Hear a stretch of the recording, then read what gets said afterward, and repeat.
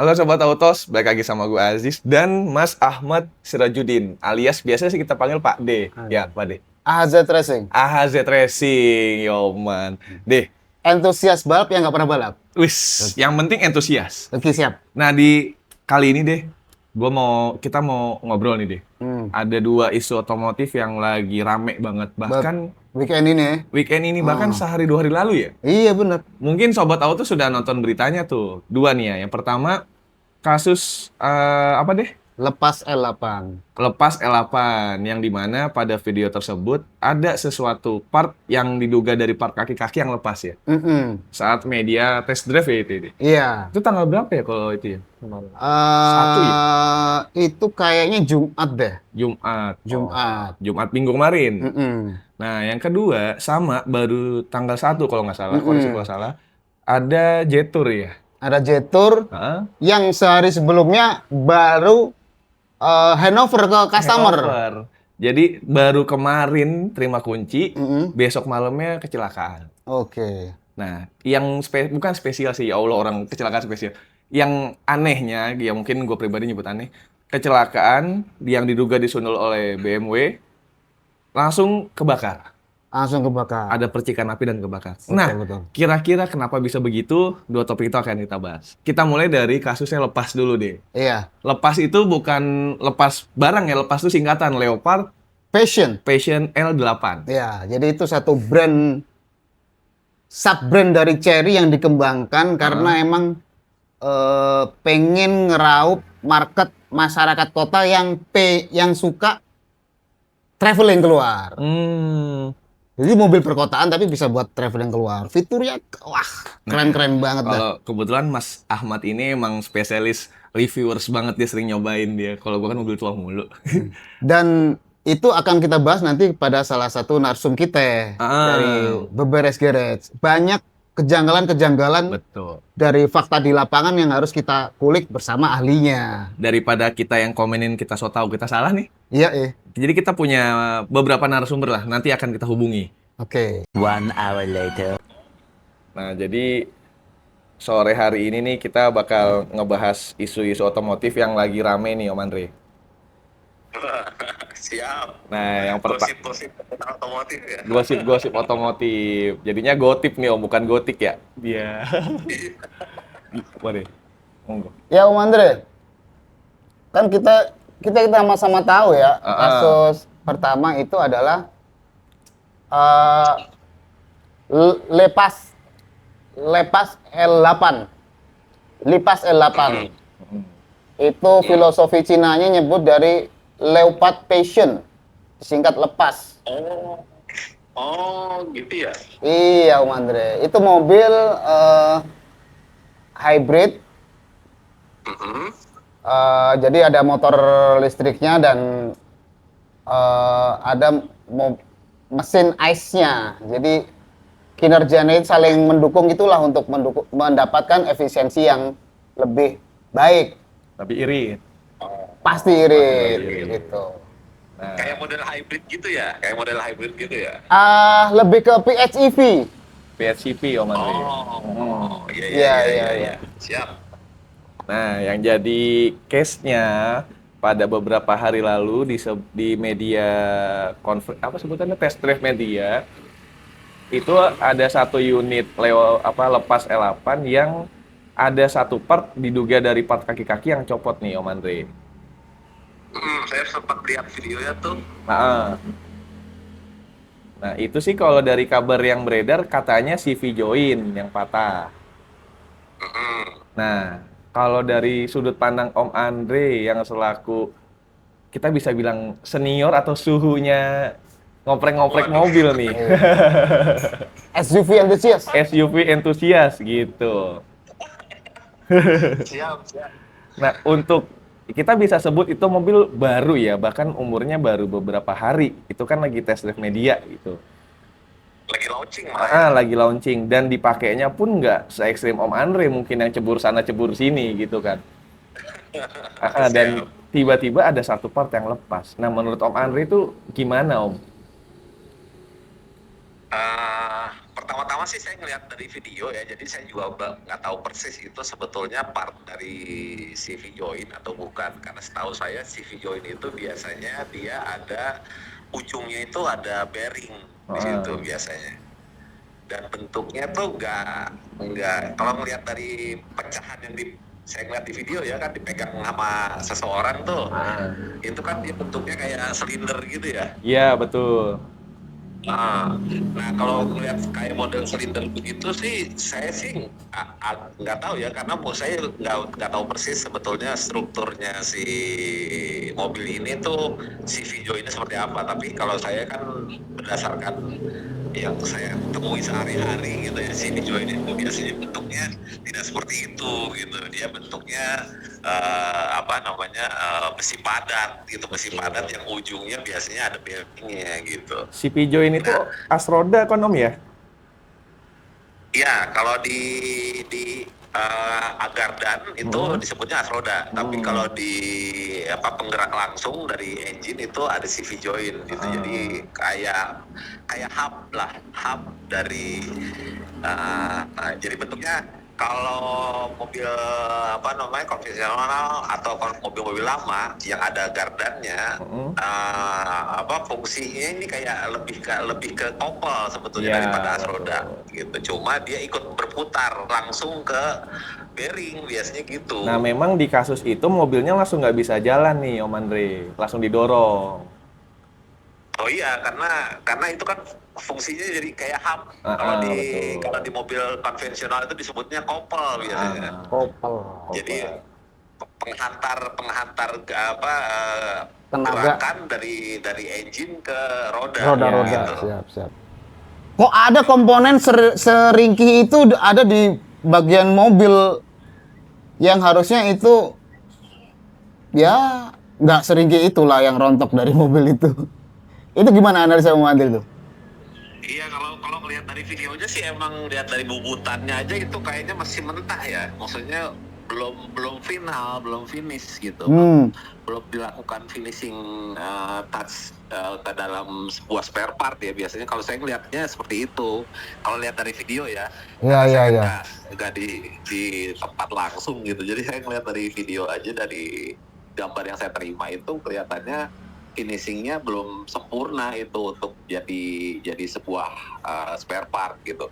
Karena biasanya CV join itu biasanya yang saya tahu itu dia terbuat dari kayak semacam stainless steel gitu yang licin gitu. Oke, benar-benar. Dan struktur besinya juga kayak bukan besi dipadatkan gitu. Jadi emang dibubut gitu sistemnya kayak Iya. untuk forjet lah gitu, kayak dicetak emang untuk CV join gitu. Makanya kalau ngelihat itunya sih sepertinya sih ya kayak wajar aja kalau pecah. Iya, makanya. Gitu. Aku ya ini mah berdasarkan saya yang biasa naik mobil tua gitu ya. Si Pijoin mobil tua itu jarang sampai berantakan, paling bearingnya. Gitu kan Om ya. Betul kan. Nah ini kok sampai fisiknya gitu loh. Om Andre, itu kan di teks dalam konteks pengujian speed ekstrim ya. Terus kemudian dia juga ngelakuin beberapa teknik slalom sampai akhirnya nabrak speed bump. Apakah itu sesuatu yang ekstrim untuk mobil baru ya? Padahal mobil-mobil tua untuk slalom apapun ya nggak seringkih itu lah. Sampai off-road nih Om Andre kan pakai Jimny off-road aman-aman aja gitu loh. Iya, karena biasanya kan si CV join ini kan bukan dilindungi ya. Dia ada kerangka kayak kayak lateralnya untuk melindungi biasanya si CV join itu. Jadi dia posisinya nggak paling luar, biasanya di tengah kan. Iya, betul. Jadi kalaupun itu harus terantuk nabrak sesuatu gitu, harusnya sih tidak langsung menyebabkan si CV join itu patah gitu. Cuma kan emang pada dasarnya saya nggak tahu strukturnya si mobil itu. Ini sih menurut pengalaman saya lah sehari-hari ngelihat spare part gitu, biasanya posisinya si CV joint itu dilindungi beberapa batang, yaitu batang setir atau batang apa namanya arem atau apapun yang dia posisinya jadi kayak kerangkeng gitu. Jadi sebetulnya nggak berpengaruh langsung gitu ya. Kecuali kalau misalnya yang si guardnya itu ikut patah gitu, itu beda lagi ceritanya gitu. Jadi bisa saja, tapi kalau ngelihat ininya sih ya apa analisa goblok-goblokannya sih kayaknya sih karena ini mungkin bukan produsen mobil yang dari dulunya produsen mobil gitu, jadi kelihatannya untuk bikin partsnya pun dia apa ya template lah gitu. Jadi mungkin kalau ngomong kasarnya mungkin dia dapat dapat itunya modulnya itu dari apa aja dari AI gitu. Dia bikin modul dengan konstruksi besi seperti ini, seperti ini, seperti ini gitu. Jadi dia bukan berdasarkan research development gitu untuk mendapatkan bentuk atau apa kekuatan besinya secara ini, secara apa eksperimen gitu. Betul, betul. Nah, nih balik lagi sedikit mungkin kita geser ke bidangnya Om Andre nih. Om Andre kan langganan atau udah asam garam main SUV lah. Pernah nemuin kasus kayak gini nggak CV join seancur ini gitu sampai copot? Nggak pernah. Sama sekali nggak pernah. Karena kalau ya itu saya bilang biasanya itu kita pasti yang hancur duluan itu kan pasti bearing Om. Betul. Jadi kalaupun anggaplah si ban itu ngehantam batu yang besar dengan kekuatan penuh gitu, itu biasanya yang pecah duluan itu bearing. Tapi itu tidak menyebabkan si mobil jadi tidak jalan. Bisa jalan. Posisinya si Vigo ini kalau dia masih pegang sama apa namanya hubnya, ya dia tuh bisa muter walaupun koclak ya. Iya. Walaupun gelodak-gelodak gitu, karena sudah nggak ada bearing yang nahan kan. Jadi dia goyang gitu. Jadi kalau bisa kita simpulkan menurut versinya Om Andre kasus ini karena bahan materialnya yang mungkin belum matang gitu ya. Iya, betul. Dan mungkin dia dapetin desain mekanikalnya itu ya bukan nuduh sih, tapi kalau ngelihat produsen mobilnya kan dia belum lama gitu loh untuk nyiptain spare part itu. Jadi kemungkinan apalagi kalau setahu saya gitu ya, mobil-mobil sekarang apalagi mobil-mobil listrik gitu, itu kan sistemnya bukan research and development tapi lebih ke trial and error. Kayak Tesla gitu kan, dia selalu bikin spare part dulu, nanti kalau ada feedback dari konsumen baru dia perbaharui itu spare partnya. Oke. Risetnya itu dilempar dulu ke pasar gitu, nanti kalau ada feedback baru dia sempurnakan, ada feedback baru dia sempurnakan. Beda dengan gaya produsen mobil dulu kan. Kalau mobil dulu kan emang dia di riset dulu sampai tuntas baru dia lempar ke pasaran kan gitu. Betul. Nah, jadi yang jadi kelincinya kita nih Om ya. Iya. Tapi belum puas deh. Ada Kan siapa lagi nih? Tadi teman Pak De. Ah. Lah kita juga punya temen orang keren ini. Waduh. Ini namanya Iksan Utama. Nggak tanggung-tanggung, drifter deh. Oke. Dan dia bangun mobil drift sendiri. Oke. Dari bikin rangka, naikin mesin, bongkar mesin, dia sendiri. Iya. Nah, tadi gue udah nanya-nanya, dia udah VN nih. Kita dengerin VN-nya. Oke. Menurut gue untuk kasus mobil yang ada bagian terlepas ya, gue nggak tahu itu CV joint kah atau apa segala macam, ya memang ada banyak faktor yang dapat menyebabkan seperti itu. Tidak serta-merta hanya kualitas barang dan segala macam. Ya mungkin ya menurut gue ini satu kapasitas materialnya yang dipakai dengan manuver ekstrim seperti tadi tidak cocok, atau mungkin sudah berkali-kali melakukan manuver ekstrim sehingga spare part tersebut pun menjadi lelah. Ya banyak faktor sih ya, tapi kalau kita melihat dari ibaratnya mobil-mobil tua ya, Motuba itu mau diapain juga sepertinya lebih kuat. Nah ini kembali lagi, kita kan kalau melihat material mobil zaman dulu ya, jangan kan dari kayak kaki, mungkin dari segi bumper dan segala macam.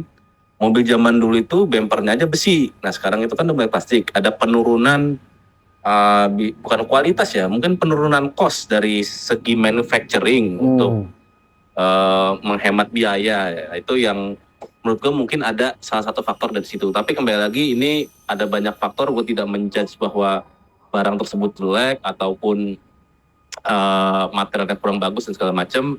Ya mungkin bisa dari faktor pemakaian yang terlalu ekstrim. Oh, ya, gitu. Sorry nih, lanjut ke case kedua nih Om Andre. Yang Jetour yang diduga, kita sebut diduga disundul BMW di bahu jalan di tol. Dia kecelakaan dan terbakar dari percikan api dari kolong nih. Nah, gimana menurut Om Andre? Nah, itu juga saya juga ngelihatnya dari video ya. Kebetulan saya juga udah ngeliat dulu videonya itu. Ada 2 video yang saya lihat yang dari angle yang berbeda. Betul, itu sepertinya disundul sama BMW gitu ya. Nah, saya ngelihatnya kan gini. Yang satu SUV. SUV itu memang secara ground clearance itu emang lebih tinggi daripada si BMW. Apalagi si BMW ini juga kelihatannya sudah body drop ya, jadi dia stance kan, dia lebih rendah, lebih low daripada standar. Jadi kalau kita ngelihat secara ininya aja gitu, dia pasti bentuk kalau nabrak dari belakang pasti dia akan ke arah bawah kan gitu, otomatis gitu. Kan yang aneh itu mobil itu terpental ke atas tuh bagian belakang ya. Terus kemudian ada semacam cairan yang menyebabkan percikan api melebar di aspal tuh. Menurut Om Andre, tangkinya tipis atau yang lain tuh? Begitu dia ditabrak sama si BMW ini, dia kan langsung ngesot tuh si Jetournya tuh, dan menyebabkan si ban depan sebelah kiri itu pecah. Jadi si posisi rem itu mungkin sudah ngegesek tanah dari depan ya, dari depan. Nah, sementara kita kan kalau melihat harfiahnya gitu dari video itu kan kemungkinan itu dari bensin ya, dari bensin. Cuma menurut saya itu bukan dari bensin langsung gitu. Artinya gini, karena kalau saya ngelihat beberapa mobil pun tangki bensinnya itu kan dirancang kedap udara, dan ada tekukan struktur. Jadi istilahnya itu tangki bensin itu nggak gampang sobek. Betul. Kita pukul aja belum tentu dia penyok gitu. Kita kita tabrakin di sisi ujungnya itu belum tentu langsung sobek gitu. Menurut saya gitu. Tapi yang kadang-kadang produsen lupa itu adalah biasanya saluran bensinnya itu di beberapa mobil itu dia masih tetap menghadap ke samping atau menghadap agak ke belakang gitu. Jadi kalau itu ditabrak kemungkinan si outputnya itu, outletnya itu mungkin bisa patah, dan si uapnya ini yang uap bensinnya ini yang sebetulnya berbahaya sama si rem depan yang sudah menyentuh tanah itu. Kesambar percikan api ya. Menjadi pemicu tuh. Jadi pemicu. Begitu meledaknya itu, begitu si Jetour itu naik ke atas pagar kan. Jadi di situ, kalau di situ sudah bensin itu yang memicunya gitu. Tapi awalnya itu blok pertama itu kalau kita lihat di video itu kan ada blok pertama sampai geser sampai naik. Begitu udah turun dari naik itu baru loop gitu kan. Betul. Karena di situ memang posisinya begitu si SUV itu naik ke atas pagar, itu kemungkinan si saluran bensin yang ke depannya itu juga pasti komponen camping kan. Dan udah pasti ya. Dan udah pasti ngucurin bensin gitu. Dan situlah baru ledakan itu kejadian. Jadi gampangnya kayak kita megang bensin di botol nggak ditutup, ada yang main korek deketnya gitu Om ya. Uapnya. Jadi asalnya dari uapnya sebetulnya, bukan dari bensinnya. Begitu nyamber botolnya tumpah. jadi makin gede gitu lah ibaratnya Nah, ya. gitu kira-kira gitu. Ah. Om Andre, Kira-kira gitu. yang gue bikin penasaran adalah harusnya si SUV itu tidak seringkih itu kena dentuman mobil dengan kecepatan tinggi itu. Apa ada penilaian sendiri dari Om Andre? Mobil itu SUV itu harusnya nggak seringan itu untuk ditabrak dari belakang. Sebetulnya kalau di mobil-mobil lama itu ada guardnya kan sebetulnya. Betul. Ada guardnya, oke. Ya, cuma dan ada bumper biasanya gitu. Oke. Cuma kalau mobil sekarang ini bumpernya plastik dong. Om Andre, kenapa mobil itu bisa terangkat? Apakah mobil itu terlalu ringan atau model sasisnya nih nggak benar-benar beda dengan sasis mobil-mobil SUV terdahulu? Kelihatannya itu dua kali ini kok, dua kali apa namanya terangkat deh. Jadi terangkat awalnya itu karena disundul dari belakang, Oke. tapi itu tidak menyebabkan si mobil itu terbang sebetulnya. Oh, Yang oke. menyebabkan mobil itu terbang karena si Jetor itu nabrak si apa Pagar. pagar Mm-mm. yang menyebabkan roda kirinya itu pecah. Pecah. Nah itu yang bikin dia apa namanya kayak ngerem depan doang gitu, kayak Betul. kita ngerem depan doang, posisi mobil miring, ya otomatis belakangnya terangkat kan. Nah itu waktu terangkat itu dia keganjel sama pagar karena itu kan bergerak terus dia. Betul. Oke, Om Andre. Keren banget analisanya. Jadi kita bisa semakin tahu bahwa harus banyak obstacle atau yang riset-riset lebih mendalam lah buat mobil Cina untuk bisa laku ya di Indonesia ya. Kalau dari saya tuh memang impact di belakang tuh cukup lumayan parah karena kan di belakang itu ada namanya tangki bensin dan segala macam yang memang bisa dibilang agak lebih bahaya lah. Nah serta kita melihat nih mobilnya tertabrak sampai mental ngangkat dan tangki bensinnya menurut saya sih tangki bensinnya kena guardrail ya atau pinggiran rel tol tuh jadi pecah dan mengalami gesekan percikan dari besi ketemu besi sehingga terbakar. Nah bisa dibilang hampir langka tapi ini pun terjadi. Nah, ini yang menurut saya kejadian di tol Jagorawi. Nah, itu menurut Bro Iksan. Jadi sih intinya dari dua kasus ini, kita sebagai pengguna jalan ya harus lebih ekstra hati-hati ya dia. Betul.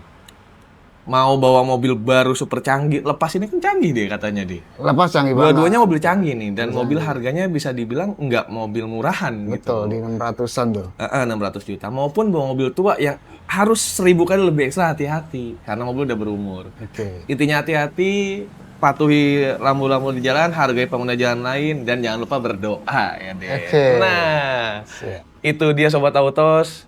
Deh, bilang deh jangan lupa sabrek deh.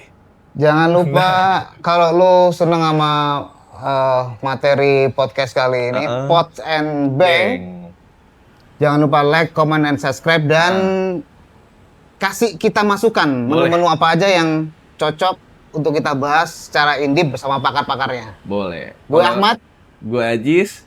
Sampai ketemu di video selanjutnya. Bye.